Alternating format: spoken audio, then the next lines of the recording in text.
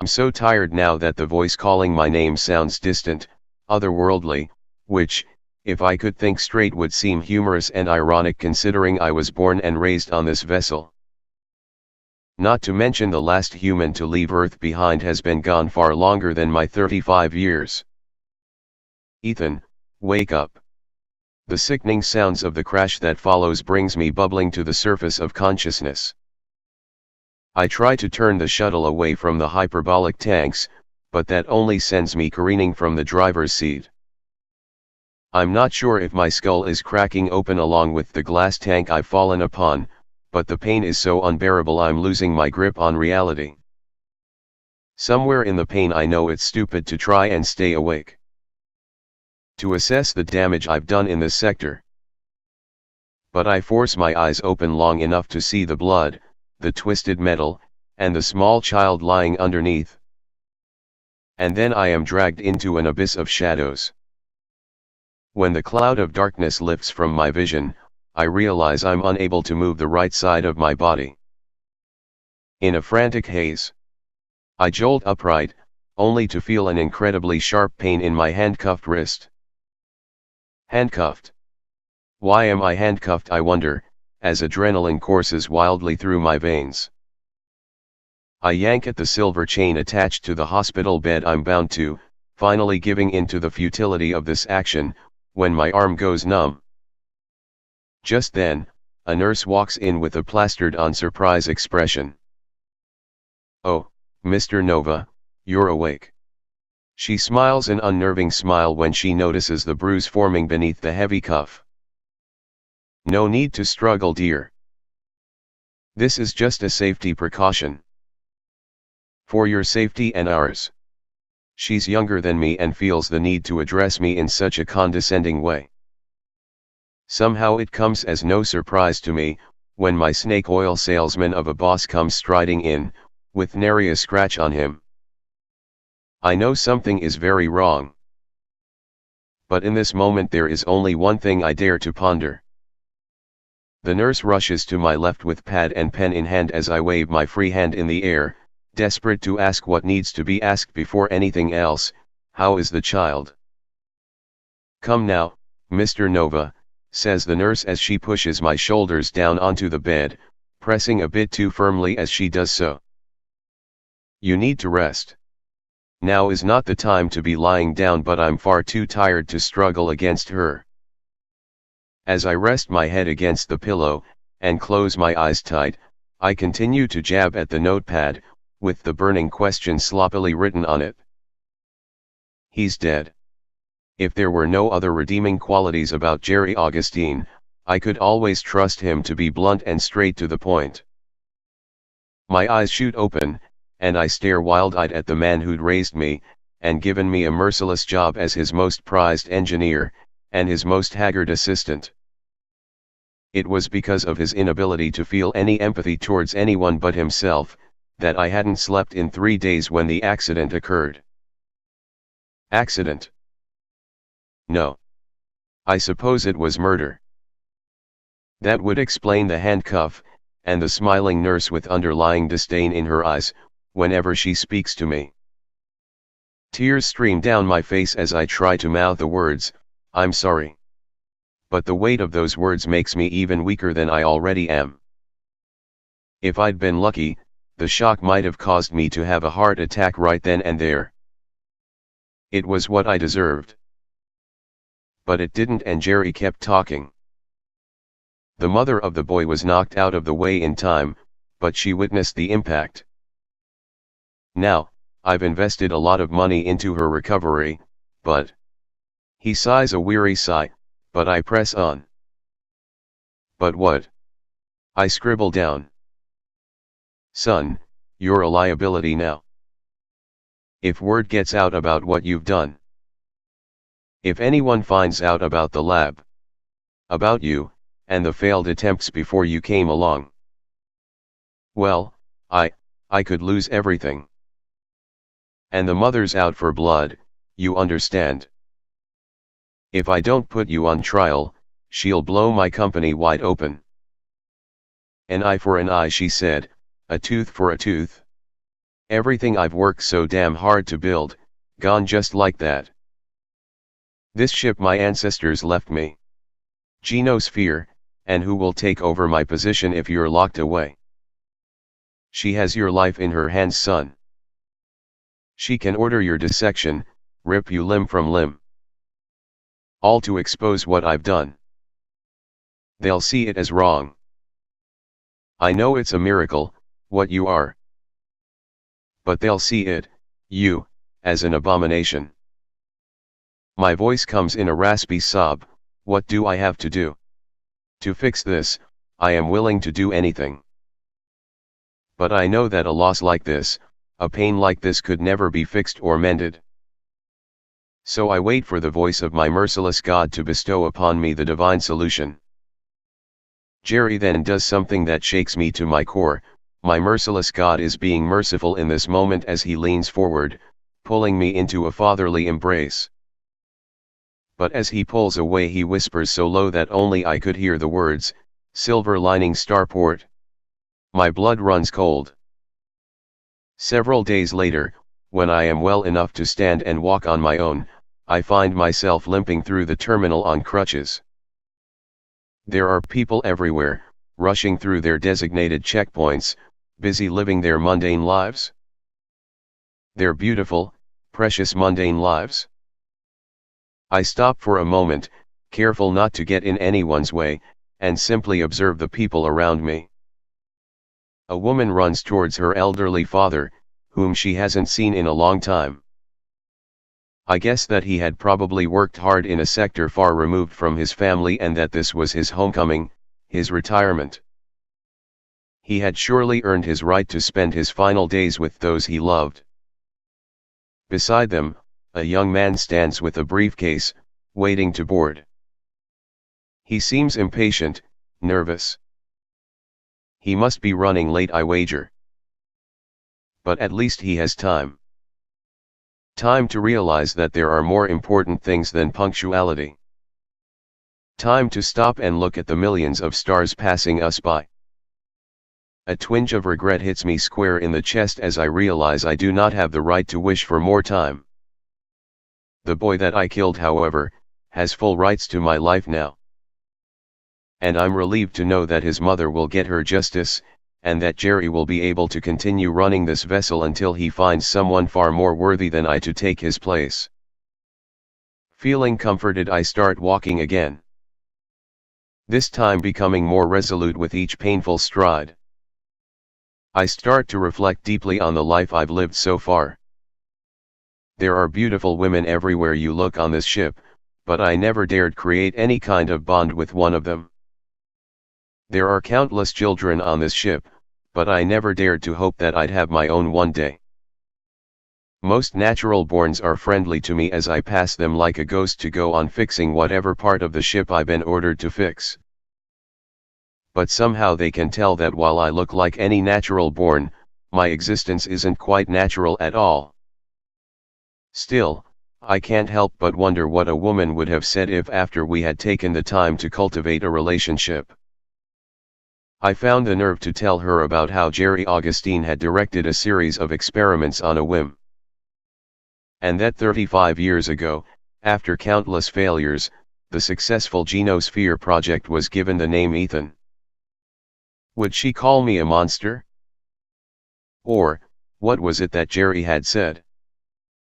Abomination. Yeah, that was the word. And now I can understand why they would feel that way about me. If I hadn't been created in that goddamn test tube, that little boy would still be here right now. But Jerry called me a miracle, even though I've caused so much suffering. Even if I was only given life to sustain this ship, I still feel grateful. And for a split second I can't help but wonder if Jerry might love me like a real son. But it's too painful to think about, and it doesn't matter anymore anyway because my Creator is setting me free from my pain. What else could that possibly be if not a father's love? Lost in thought, I find myself bumping into the first of 3 identification booths that must be entered before access can be granted to those wishing to enter this particular checkpoint. Within the terminal, all other checkpoints require the swipe of a card, but because of the nature of this checkpoint, users are granted 3 chances to change their minds. I step up to the first booth, a cold computerized voice rings out, "Please place your thumb on the designated area to initiate thermal recognition." Before I have any time to hesitate, I reach out and press down firmly. "Thank you, Ethan Nova." Thermal recognition confirmed. "Please proceed." I step out of the first booth and head to the second where the same cold voice greets me. "Please sign and print on the dotted line while stating your name aloud to initiate consent recognition." My hand shakes as I reach for the pen and with a trembling voice I manage to speak. "Thank you, Ethan Nova." Verbal and written consent confirmed. "Please proceed." The shaking has radiated down to my knees now and I wobble out of the second booth, trying hard not to lose my resolve, my sense of gratefulness. "Please face forward and look straight ahead to initiate retinal recognition." I raise my chin until I'm at eye level with the scanner before me. I can see my reflection in the screen. I take a deep breath and brace myself to stop the shaking. This is it, I think to myself. There's no turning back now. But just as the last thought crosses my mind, I catch a streak of blonde hair out of the corner of my eye. I turn to look, but the identification booth has already deployed a mechanism designed to keep my head still in order for the retinal scanner to function properly. I'm in full panic mode now. I know the woman I'm straining to look at is the mother of the child I killed, but what I can't seem to process is the little boy standing next to her, alive and well. I try to force the mechanism off, but I'm locked in tight. My mind is racing and I can't make sense of any of this, but all I can think of now is apologizing to that woman and her son. "Thank you, Ethan Nova." Retinal scan confirmed. All checkpoints confirmed. Please proceed to your final destination. No, this can't be happening. Not now, not when there are so many unanswered questions. Once the last identification booth is cleared, its function automatically changes and the entire structure shifts to become a moving vehicle. Much like the shuttle I was ordered to drive at Jerry's command, designed to drive its user directly where they need to go. The scanner screen folds down over me, newly formed to create a soundproof windshield. I scream and yell and kick and claw, but once I'm buckled in and forced back into my seat, I know there's no getting out of this nightmare now. Welcome to Silver Lining Starport. Your suicide is important to us. Please listen carefully as we guide you through your final moments. Our goal is to send our clients on a humane and painless journey. First, you will be placed inside our glass oxygen chambers where you will find your suits. You may wear these suits over your funeral attire. Once you are properly fitted, your oxygen chambers will attach to one another so that no one will feel alone. After all passenger chambers are attached, you will be placed onto a railway which will begin to move you through a beautiful projected landscape of the ancient world. As you proceed towards the end of the track, your oxygen will slowly deplete. You will feel a lightheadedness that will ease you into restful unconsciousness. The voice echoing through the sterile white walls was unlike the computerized voice from the identification booths in that it was entirely human, but the coldness of the recording felt the same. It sent chills down my spine just as the anger of seeing those two alive back at the terminal sent blood boiling through my veins. Jerry Augustine owed me an explanation he knew I was never going to get. On my way here, I managed to piece the story together. Augustine had lied to me about the mother's claims to destroy his company. And how could she have possibly tried me for a murder that I never committed? Jerry, being the owner and captain of this entire vessel, was the wealthiest man alive. If he had the capabilities to create new life in secrecy, Surely he had the money to heal and mend a broken natural born in secrecy as well. And with such abundant wealth, he could bribe a struggling mother with enough hush money to set her and her son up for life.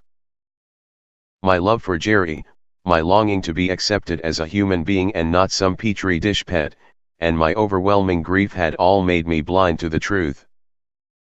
And now that I had a reason to live again, I found myself stuck in an impossible situation. Seething, I moved onto the platform and made my way into the glass chamber. To my astonishment, there was a young woman seated next to me, cheerfully adjusting her suit and buckling herself in. She glanced over at me and offered to help me with my helmet. "Why do you want to die?" I asked her point blank. It hit me one day, that I'll never live long enough to touch ground.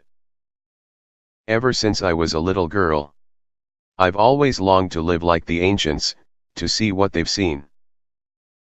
And then I saw an advertisement for this place, and used my college funds to buy myself a one-way ticket. She responded so bluntly, in such a bubbly tone, that I was stunned into silence, until she asked me the same. I was sent here against my will. I continued on as her smile morphed into a look of disbelief. "Hey, can I ask you a morbid question?" "This is a pretty morbid situation, go ahead." "When you lose consciousness, can I, siphon off what's left of your oxygen?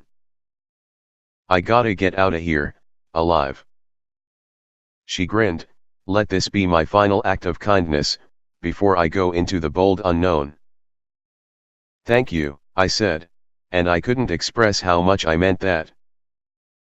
I couldn't express how much I wanted this kind-hearted natural born to live either.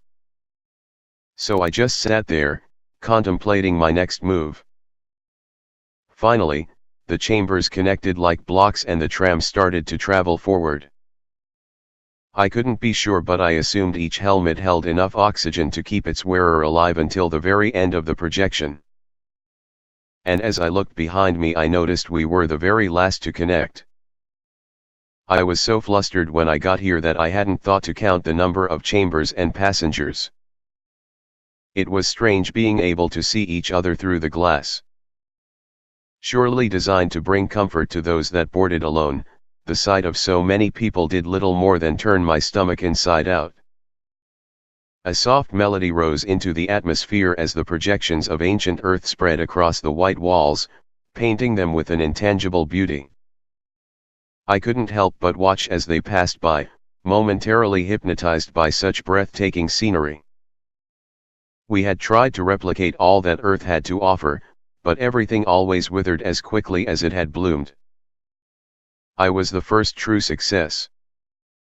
And once I made it out of here, I would slowly but surely teach myself to be proud of that fact. Far up toward the front, echoed gasps could be heard through the helmets of passengers as the first natural born passed away. Some clapped, some cried. But I sat stone still. The trauma of seeing that little boy's lifeless body crushed beneath the weight of my mistake came rushing back to me. My breathing came in ragged gasps, and I knew if I didn't rein in this panic attack soon, I would be the next to run out of oxygen. The girl next to me watched with motherly concern, before taking her helmet off and attaching the oxygen supply to my own. This obscures my vision too much. I don't want to miss a single second of. As my breathing slowed in response to the fresh flow of oxygen, hers quickened until she drew one last sharp gasp and drooped down in her seat. Blood trickled from her nose and mouth due to the sudden impact of pressure, and to my horror the other passengers clapped in celebration as her body crumpled into mine. Overtaken by primal fear I thought I was incapable of feeling, I jumped to my feet and started pounding on the glass walls. Several passengers ahead of me looked on in horror and wonder before an old man stood up and mimicked my motions from the other side of his chamber. He wasn't trying to escape, he was only trying to help free me. I knew this because his wife stood with him a moment later, taking one hand gingerly in her own while continuing to pound on the glass with the other. Both smiling all the while. At one point the man reached into his pocket, to pull out what appeared to be a glass cutter, but they both fell unconscious before crumpling to the ground, the knife sliding far into the upper right corner of their chamber. It seemed the old husband and wife had had second thoughts about dying, and had brought the rusty old tool from the man's work days just in case they wanted to get out. Because of the finality of a facility like Silver Lining Starport, those that designed it must not have thought there any need for a panic button nor any other means of escape. But I wasn't giving up. I knelt down to look at my savior, wondering if she could help me somehow. And just as my hopelessness deepened into despair, I saw it. A polished white porcelain bracelet she had chosen to wear over her suit. Engraved on the inside was a message that read, "In memory." I was unsure if it was a bracelet she wore as a tribute to a deceased loved one or if she wore it for herself, but I knew that it would be my saving grace in these fragile moments.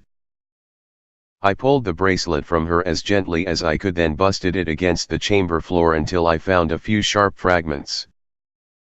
I flung the fragments at the left side of the glass, careful to preserve the young lady's body to the right of me, and protected my face with both arms as the glass made a satisfying crack before shattering. The tram was nearing the end of the track now, and no one remained to cheer for me as I grabbed the young woman and leapt out onto the platform. The landing hurt like hell, but I made sure to land on my back so that my new friend could remain unscathed. It was the least I could for her after she saved my life. 3 beeps alerted me that my oxygen levels were about to hit rock bottom, but the sound of footsteps didn't give me enough time to worry about it.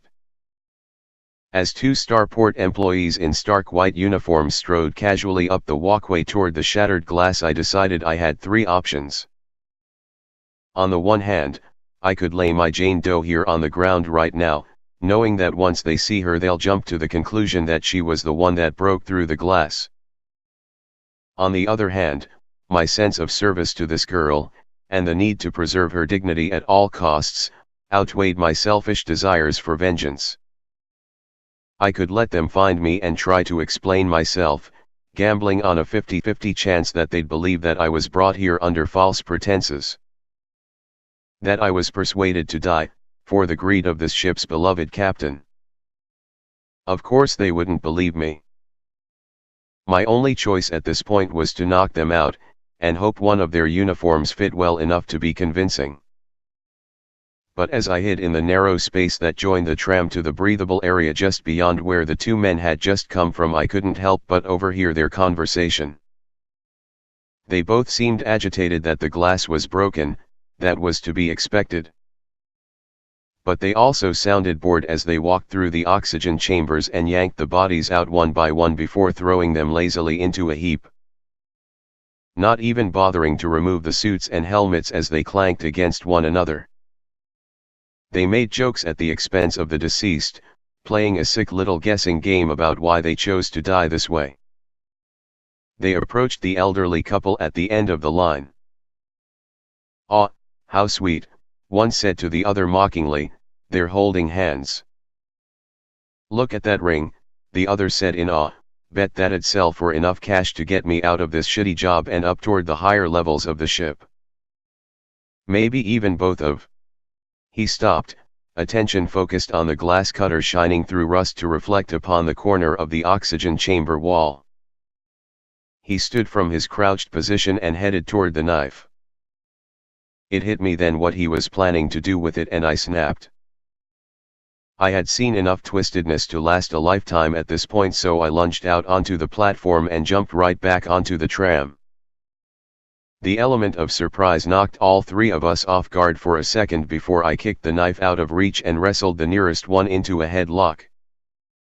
Once he was blacked out, I threw the bastard right into the other sneering bastard. They knocked heads with a sickening clunk. Air. I need air. The assholes I just put in check are wearing clear masks that only cover half of their faces. The design makes them look like the Grim Reaper from some ancient story I was read as a child. I rip one of the masks off and feel a wave of relief crash through me as oxygen fills my lungs. I'm reaching to grab the other mask when I'm rudely interrupted by a screeching clean-up tram, rails off track and sparks set ablaze by sheer speed. Pure white, with a black underbelly, how symbolic. With no time to brace myself for the jump back onto the platform, I'm thrown violently to the glass chamber floor where the old man and woman still lay. Their bodies begin to slide toward the track below, and it takes all my strength and more to keep them from being swallowed by the mechanical beast that has now gained so much momentum it might as well be flying. Several twists through dark tunnels and then I see it straight ahead. The impact is inevitable. The circular window was built to open when prompted, but no one's there at the small control panel on the left side of the wall. But at the center, a pile of well-dressed corpses, just like the group before, lay in wait of their disturbing send-off. So this is what they do, I thought to myself as, boom, my body slams full force into the window, sending twisted scraps of burnt metal careening toward the floating corpses. Now fully enveloped in the unrelenting vacuum of space, I force myself to swim through the sea of death and destruction, defying my end even as the exposed half of my face begins to freeze. This is proof, I suppose, that I am from the genosphere. Any normal human being's lungs would have ruptured by now, but I'm still here. Of course, the half mask isn't enough, and the Reaper doesn't seem to like cheap imitations. So I propel myself as best I can, toward the old man and woman. They still have their suits on, but all I really need is one of their now depleted helmets. Hopefully just enough to keep my head covered. The damage to the rest of my body? I'll just have to deal with it later. If I can just reach the window. I remove myself from the leak of bodies just enough so that I can find the couple, but for a moment I am in awe of the unsettling sight before me. A steady stream, natural-borns finally free of their gilded cage, a sight as twisted as the debris surrounding them. But I'm dying too, and I have no intention of enjoying this kind of freedom until I've confronted Jerry. I have to know why he pretended to care about me. I have to understand the reasoning behind his actions. So after finding the helmets, I kick off toward the window once more, holding tightly with one hand on the outside of the ship. I blindly smash my palm across the buttons on the control panel until an emergency airlock system responds by sliding a new window into place with large robotic arms that, while built to spring outward and retract from grooves in the wall and ceiling, seem to have manifested from nothing, come from nowhere. Well designed, I think, despite my current circumstances. I'm not in the best shape as I roll back onto the railway with a painful heaviness I'm happy to feel. I'll never take gravity for granted again. But I can faintly hear that announcement that chills me to the bone. The next sad bunch of silver liners is headed my way, which means plenty of fresh air until I can find an exit and never look back. So young this second batch is that the guilt of siphoning is enough to bring me to my knees. They chose this path, I tell myself, and I'm up again, heading down that same long hall to where my Jane Doe is. To where the masked men came from. It's a much longer walk than I expected, but I'm able to find her easily enough. I heft her over my shoulder as gently as possible and start walking down the long hallway until I reach a dead end. There's something protruding from the floor, so subtle I almost miss it. I crouch down, but when I lift up on it, the square I'm standing on busts wide open and I'm falling through before I can even formulate a decent thought. A heap of bones break my fall, and even through my mask I'm greeted with an incredibly foul stench. I imagine I can breathe on my own down here, but I can't bring myself to discard it as easily as I had with the old man's headgear back at the platform. This place has an eerie, forgotten feeling to it. but nothing is as frightening as the sounds piercing through the darkness. Fighting the urge to run, I take one step forward, taking special care to make as much noise as possible. The sounds quiet, as if to stop and listen. With no light to guide me, I proceed with great caution. As I continue down what feels like a never-ending corridor, the shadows before me begin to morph into horrifying shapes. My awareness that this is my mind's way of protecting me from harm helps me to press on until finally I stop upon what can only be described as a dimly lit prison cell. The ghastly sounds are coming not from the twisted, grotesque creature in my imaginings but from an old man. Judging by the deep creases on the man's weathered face, one would assume he has seen many tragedies in his lifetime. But I could not wrap my thoughts around his current state. As we stood there staring at one another in mutual confusion, the man whispered, "Nathan." The name rolled off his tongue, as if he'd just been stabbed with a rusty knife. His eyes glaze over, only for a moment, then he locks eyes with me. His gaze is so intense I want to look away. But I get the sense this man knows me better than I know myself, so I dare not look away. "Nova, if he finds you." "My name is Ethan." I feel angry now. He seems to know me, so then why can't he get my name right? Maybe his wits left him a long time ago. Surely no man could live to his age without losing a bit of their sanity along the way. "You think that's your name? Is that what Jerry calls you, Nova?" "You know my father." He spits in disgust before continuing. "He's got you all twisted up and knotted around his ego. I can see it clear as day. He's not your father, and your name is just a piss-poor play on my firstborn's name. Nathan made you in his image." "His?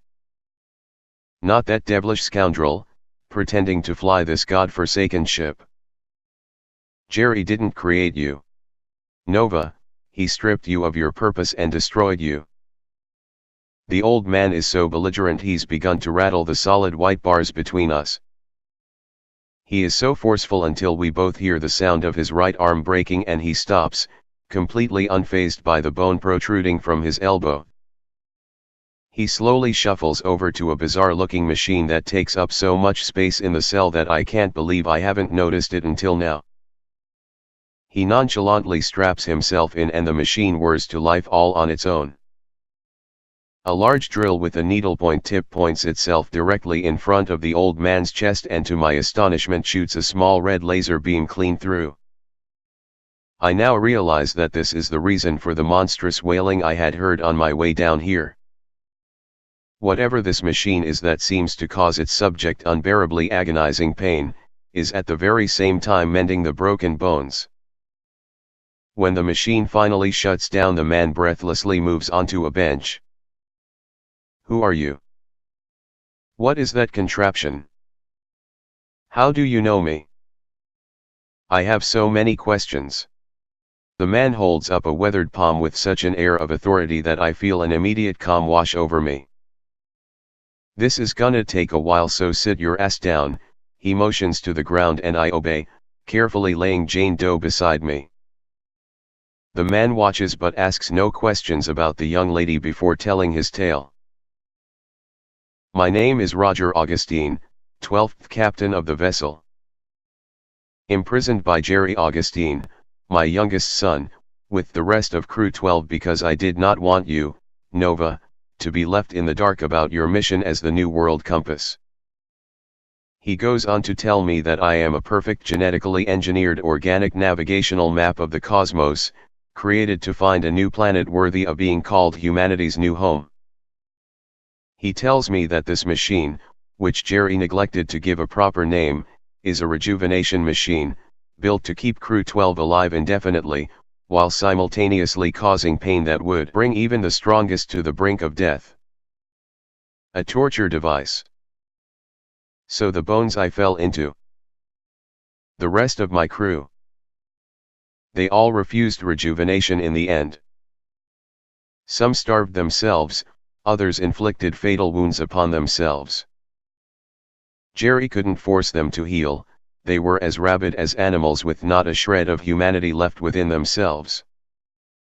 Being the true coward he was born to be, he waited for their corpses to rot away before removing them from the cell. I always assumed he'd incinerated them. I know it sounds sick, but I'm glad they stayed close by. I feel a little less lonely now. I want to ask how long he's been down here, but my throat is so dry and I'm so afraid to know. Nova, I snapped to attention.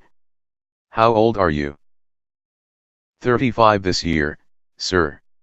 He let out a wry cackle. Do the math, Nova.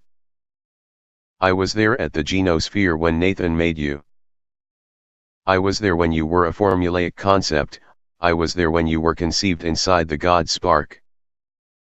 12 ships, 12 men and women chosen by Earth's last remaining leadership to scour the universe for a habitable environment to ensure the continued survival of the human race, each with a fraction of our population on board. How long ago do you think that was, Nova? I swallowed hard before giving an honest response. I don't know. Well over 1200 years ago. The room started spinning but Roger spoke to keep me from fainting. He spoke to me as if I were a little boy again. And that eased my dizziness but not before the harsh realization hit me that I don't remember my childhood. So I asked Roger straight out and he told me all kinds of truths. Like a Matryoshka doll of Earth's past, within the Genosphere I lived my youth developing inside a large tank containing the God Spark. While I was being developed, my true father, Nathan, taught me many things. As Roger continues to piece my life together for me, Nathan's appearance forms in my head. He was me. I was him. Not a son in the natural-born sense of the word, but living tissue made in his image. An exact fabrication. An elaborate lie. But Roger reassures me that Nathan Augustine was a good man. A real man, he said, unlike Jerry. You were his hope. Hell, you were everyone's hope. Did he love me? Yes. The lack of hesitation makes my synthetic heart hammer in my chest. Why did he leave me? He was murdered. By Jerry. And the life you've been living. The lie you've been living is the result of that murder. I cry then but I dare not speak. I have to know now. I have to know everything. Jerry's motives as it turns out amount to little more than sibling rivalry and petty jealousy. As firstborn, Nathan was heir to the captain's seat. Like kings and queens of old, ship captains were revered and admired by all. Jerry was willing to do anything for a taste of that admiration and so he killed his older brother in order to obtain it. He destroyed the other ships just as they reached the docking bay to try and stop him, drastically reducing the population. He silenced Crew 12, locking those who opposed him away, in the lower regions of the ship in an area that was once a museum celebrating the marvels of modern space travel.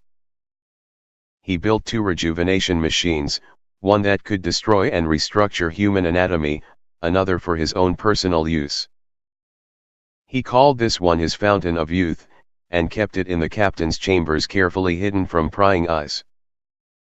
And so, 1200 years of space travel, amounted to little more than running in circles, just to stroke one psychopath's ego. I never wanted this. You have to help me. Roger. We can fix this. Everyone on this ship deserves to know the truth. There will be widespread panic. The truth would throw this entire vessel into chaos. We can't risk it, we just can't.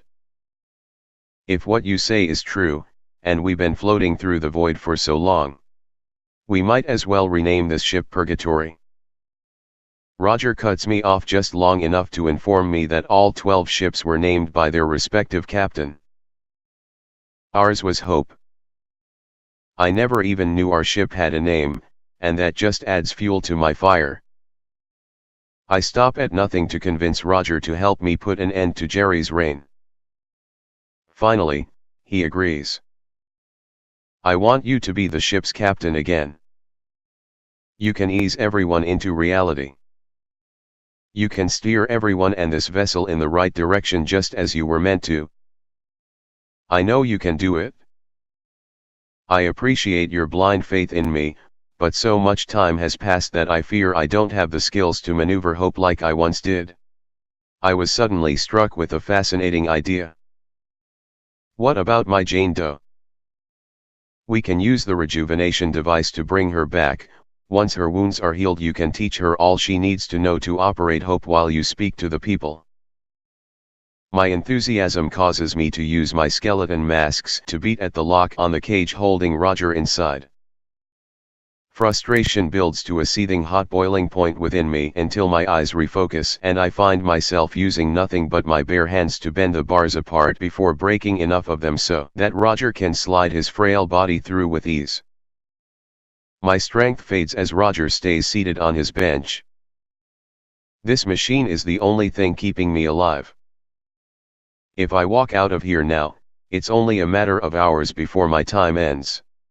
I was in the midst of strapping my nameless friend into the rejuvenation device when he yelled my name in a vicious tone.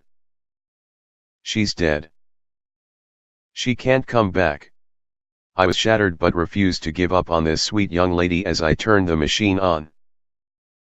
Then I'll heal all the scars and bruises she may have gotten in her lifetime, and when you leave here, and you will leave here, Roger, mark my words, you find her family and you be sure to give her the send-off she deserves, you hear me? The laser beam rips a hole right through her chest, and the small scratches and minor nicks she acquired on our long journey to the truth, slowly but surely disappear. The impact she left on me would never do the same. And so when I turn with her in my arms, Roger has already stepped out from his cage. I long to never see this perpetual prison again before I realize hope itself is just a larger cage that we will never escape thanks to Jerry's selfish acts. Go. Lay her to rest. I'm going to the captain's seat. I'll broadcast to every part of the ship and make sure I'm heard loud and clear. This has to end. Go down a little further and turn left, you'll need a suit to reach the captain's seat. You'll make it there in half the time if you climb up through the airlock. Be careful, Nova. My name is Ethan, I think to myself as I walk into the small room connecting to the archaic museum. The lights flash on one by one with a dull thud, and there before me is an ancient astronaut's suit. I've only ever read about the first suits in data logs, but seeing the real thing up close leaves me breathless.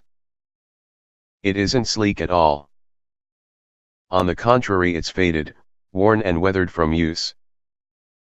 I worry I won't be able to move with ease, and I'm absolutely right, but that's okay because I know my real purpose now and no minor setback is going to stop me from saving hope. At the end of the incredibly long corridor is a rung ladder in which I climb ever upward until I find myself 2 rungs below the door leading out to the captain's seat. Once I open the airlock above me and activate my oxygen tank, there will be a small window of opportunity for me to hook myself from one end of the vessel to the other. I see now that Jerry has spent his long life in fear and paranoia of being found out. He has built the captain's chambers as a small but separate part of the main ship. It makes sense why no hands were allowed here, why no one has ever seen it until now. I open the airlock and hook myself in, I push off and glide to the airlock on the other side. Once inside, I am awed by the sheer size of the structure.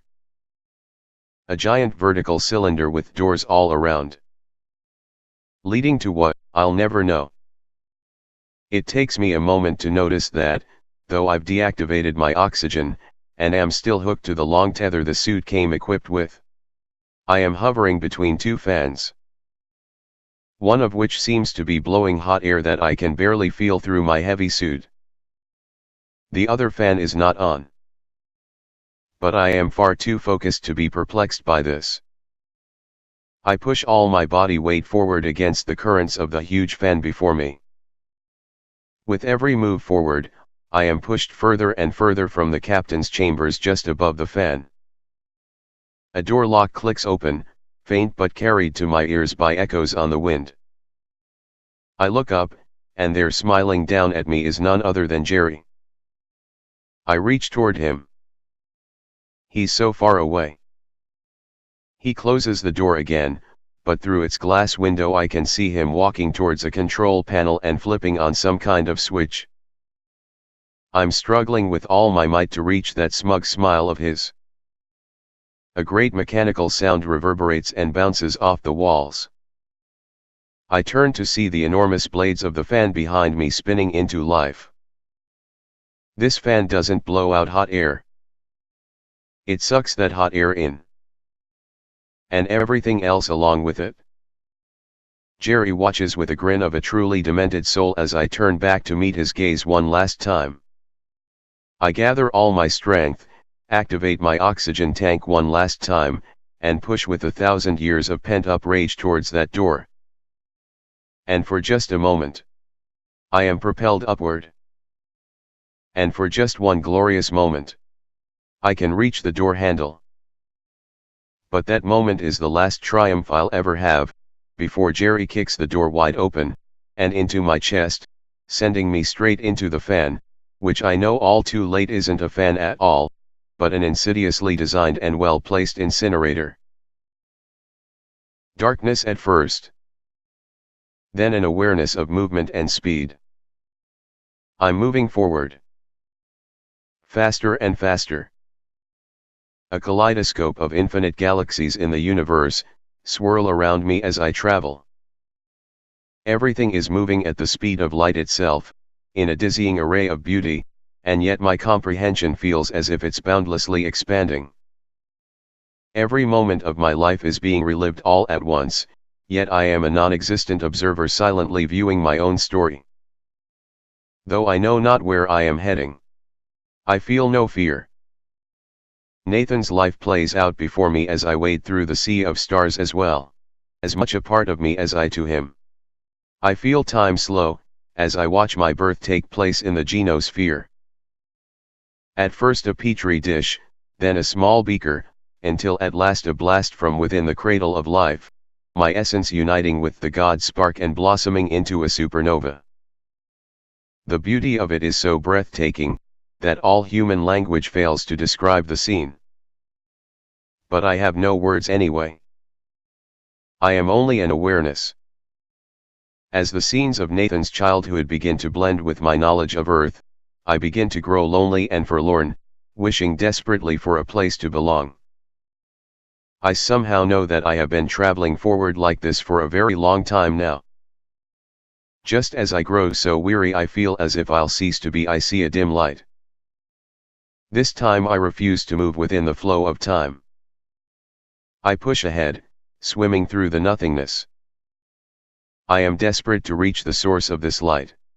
My eyes barely adjust to the screen mounted on the wall far above me. I focus hard until I can read the nameplate of the well-aged woman with hair the color of sun rays addressing the camera before her. Captain Cordelia Lang continues on. 28 years ago today, the citizens of Hope were released from a devastating lie, and stricken with an equally devastating truth. A 1,000-year journey comes to a happy end here today as we embark on a new one, living new lives on a new planet. She waits patiently for the applause to die down. And now without further ado I'd like to unveil Lydia's Garden. The plaque here acts as a final resting place as well as a monument to our history. The poem engraved is the last letter Lydia Amzu wrote to her loved ones in her final moments. It reads as follows. Love me. For once I breathed. Lose me. For nevermore have I truly grieved, than for a place to call my own, made not of metal, but dirt, grass. A single flower, built on life and love, not frozen perfection, a false sense of power. Alighted wings, on a gentle breeze, free at last, from the human disease. We were crafted from flesh, etched into bone, our hearts made to bleed, with nowhere to roam. Now it's time for me, to make my way home. As the poem finishes, a photo flashes onto the screen. A photo of my Jane Doe. Another flash, Captain Roger Augustine in his prime on Earth. A final flash and I'm staring at a photo of myself. Beneath the photo is a caption: our hero, our liberator, our beacon of hope. Ethan Nova. Well, I'll be damned if the old man didn't find the letter I slipped into Lydia's pocket. In the event that I don't make it, letter, where I asked forgiveness from the woman and child I'd hurt so long ago. Where I made my request for Lydia to be buried in the synthetic garden where nothing ever grows. Lydia's garden bore fruit from what I can see on the screen, and has been replanted with beautiful flowers from mourners and well-wishers alike. If only I could tell her how much meaning and purpose her life had. And Roger, too. The whereabouts for Jerry don't cross the darker reaches of my thoughts for more than a few seconds. I can't imagine an entire ship of hostages allowing someone like Jerry to live. Before I can fully process what I'm seeing, a door opens and a man I assume to be a doctor of some sort walks in with his face turned toward the screen. The doctor turns, hair the color of sun rays, eyes an icy gray. They pierce the soul like the biting cold of a winter storm. I recognize those eyes. I strain to read the tag on his coat. Ezra Lang. This is the boy I killed, thought I killed, but he is a man now, and a life bringer at that. Congratulations, he says brightly. Through the open door I can faintly hear the cries of another newborn somewhere down the hall. Have you thought of a name? Ethan, I think to myself. My name is Ethan. Eden, says the woman I now realize is cradling me in her arms. Her name is Eden. And in that instant, all that I was, fades away, like a supernova. And in that moment, I am born, anew.